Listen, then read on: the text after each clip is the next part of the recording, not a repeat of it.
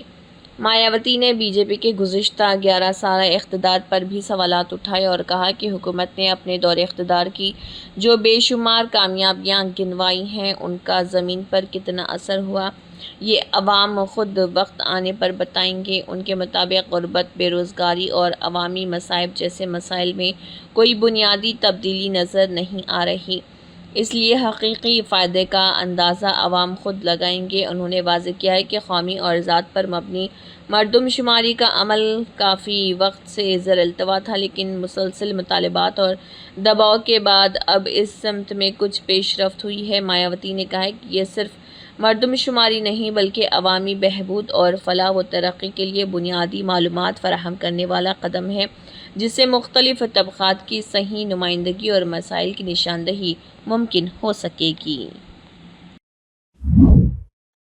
ملک میں corona virus کی نئے ویرینٹ کی رفتار سست پڑنے سے راحت بھری خبر سامنے آئی ہے۔ مرکزی وزارت صحت کے مطابق مسلسل تیسرے دن کورونا انفیکشن کے کیسز میں کمی درج کی گئی اور اب فعال مریضوں کی مجموعی تعداد گھٹ کر 7,000 سے نیچے آ چکی ہے۔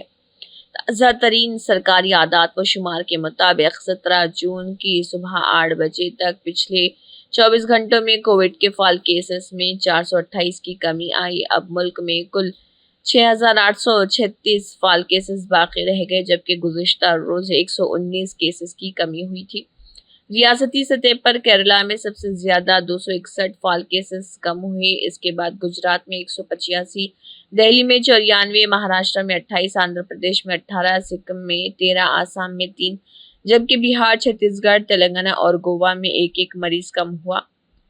ان کمیوں کے بعد کیرالہ میں فعال کیسز کی تعداد 1,659، گجرات میں 1,248، کرناٹک میں 696، دہلی میں 555، مہاراشٹر میں 512، اتر پردیش میں 278، راجستھان میں 251، تمل ناڈو میں 222 اور ہریانہ میں 103 رہ گئی۔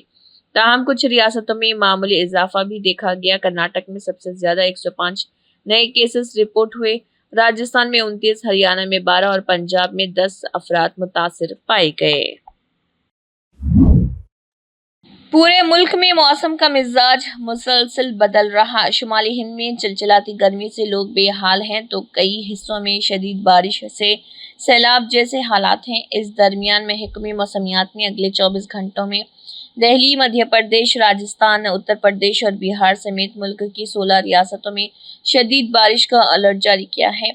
IMD نے شمال مغرب، جنوب مغرب اور جنوب مشرق دہلی کے لیے اورنج الرٹ جاری کیا۔ اس درمیان ہلکی سے درمیانی بارش کے ساتھ 40 کلومیٹر فی گھنٹے سے 60 کلومیٹر فی گھنٹے کی رفتار سے ہوا چلنے کا امکان ہے۔ ممبئی اور کیرالہ کے کچھ حصوں میں بھی شدید بارش کی وارننگ جاری کی گئی۔ محکمہ موسمیات کے مطابق گجرات، مدھیہ پردیش، ودربھ، چھتیس گڑھ، اڈیشہ اور سکم کے کچھ حصوں میں مانسون کے لیے حالات موافق ہیں۔ مانسون کو لے کر ایسے ہی حالات مغربی بنگال، جھارکھنڈ، بہار اور مشرقی اتر پردیش کے باقی حصوں کے لیے بھی اگلے 2 دنوں تک رہنے کا امکان ہے۔ کیرالہ اور کرناٹک کے ساحلی اور گھاٹ علاقوں میں 20 سینٹی سے زیادہ بارش کا امکان ہے، جس سے لینڈ سلائیڈ اور سیلاب کا خطرہ بڑھ گیا ہے۔ مہاراشٹر کے ممبئی میں اور آس پاس کے علاقوں میں 15 سے 18 جون تک شدید بارش اور آبی جماع کا امکان ظاہر کیا گیا تھا۔ منی پور میں پہلے سے ہی سیلاب سے 1,64,000 لوگ متاثر ہو چکے ہیں اور میزورم میں لینڈ سلائیڈ کے واقعات بھی بڑھ رہے ہیں۔ ایران اور اسرائیل کے درمیان جاری کشیدگی نے خطے میں سلامتی کے شدید خدشات پیدا کر دیے۔ اسی تناظر میں ہندوستان نے ایران میں موجود اپنے شہریوں کے لیے ایک تازہ ایڈوائزری جاری کی ہے۔ ہندوستانی سفارت خانے نے شہریوں اور ہندوستانی نژاد افراد سے اپیل کی ہے کہ وہ اگر ممکن ہو تو فوراً تہران شہر چھوڑ کر محفوظ مقامات پر منتقل ہو جائیں۔ سرکاری ذرائع کے مطابق ایران کا فضائی علاقہ بند ہونے کی وجہ سے واپسی کا ہوائی راستہ فی الحال ممکن نہیں، اس لیے زمینی راستوں کے ذریعے طلباء کو آرمینیا کے راستے نکالا جا رہا ہے۔ ابتدائی اطلاعات کے مطابق تقریباً 100 ہندوستانی شہری، جن میں زیادہ تر طلباء ہیں، ایران سے نکل کر آرمینیا کی سرحد پر پہنچ چکے ہیں۔ ان میں 3 یونیورسٹیوں کے طلباء شامل ہیں جنہیں فی الحال محفوظ مقامات پر منتقل کر دیا گیا۔ ہندوستانی وزارت خارجہ نے اس صورتحال کے پیش نظر مکمل نگرانی اور کارروائی کا آغاز کر دیا۔ تہران میں ہندوستانی سفارت خانہ مسلسل سیکیورٹی صورتحال پر نظر رکھے ہوئے ہیں اور ایران میں موجود تمام ہندوستانی طلباء و شہریوں سے رابطے میں ہیں۔ وزارت کے مطابق کچھ طلباء کو ایران میں ہی محفوظ مقامات پر پہنچایا جا چکا ہے اور دیگر طلباء کو نکالنے کے لیے مختلف متبادل ذرائع پر بھی غور کیا جا رہا۔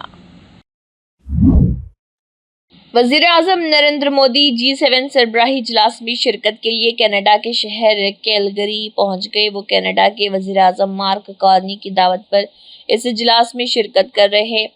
رپورٹ کے مطابق ان کا استقبال کینیڈا میں قائم مقام ہندوستانی ہائی کمشنر چنمے نائک، کینیڈین حکام اور مقامی آبادی کے نمائندے، گروپ فرسٹ نیشنز کے رہنماؤں نے کیا۔ وزیر اعظم مودی وہاں سے کیناناکس جائیں گے، جہاں سخت سیکیورٹی انتظامات کے درمیان G7 اجلاس کا آغاز ہو چکا ہے۔ ہونے والے اجلاس میں وزیر اعظم مودی اور دیگر مدعو رہنما شریک ہوں گے۔ اس سے قبل وزیر اعظم مودی نے قبرص سائپرس کا دورہ کیا، جہاں انہوں نے صدر نیکوس کرسٹوڈولائڈس سے ملاقات کی تھی اور ہند سائپرس تعلقات پر تفصیلی گفتگو کی تھی۔ دہلی اور NCR میں شدید گرمی سے لوگوں کو اس وقت راحت ملی جب کہیں ہلکی اور کہیں تیز بارش نے موسم کو خوشگوار بنا دیا۔ صبح سے ہی دہلی NCR میں موسم بہتر دکھائی دے رہا تھا۔ آسمان پر بادل نظر آ رہے تھے اور محکمہ موسمیات نے بھی بارش کی خوشخبری پہلے ہی دے دی تھی۔ دہلی، نوئیڈا اور غازی آباد میں اس وقت بارش کے ساتھ ساتھ تیز ہوائیں بھی چل رہی ہیں، جس سے موسم انتہائی خوشگوار ہو گیا ہے۔ دوپہر کچھ علاقوں میں ہلکی بارش ہوئی اور ساتھ ہی ٹھنڈی ہوائیں بھی چلنے لگی۔ دھیرے دھیرے بارش نے تیزی اختیار کی، جس سے دہلی NCR کے تقریباً ہر علاقے میں تپش غائب ہو گئی۔ محکمہ موسمیات کے مطابق درجہ حرارت میں 4 سے 5 ڈگری سیلسیس تک گراوٹ درج کی گئی، جس سے لوگوں نے راحت کی سانس لی۔ ضلع کے کچھ حصوں میں صبح سے ہی بوندا باندی دیکھنے کو مل رہی تھی، لیکن دوپہر میں راحت کی بارش نے موسم کا مزاج پوری طرح سے بدل دیا۔ اسی کے ساتھ نیہا خان کو دیجیے اجازت۔ ہائی ٹیک نیوز کا نیشنل اور انٹرنیشنل خبرنامہ اختتام کو پہنچتا ہے۔ اللہ حافظ۔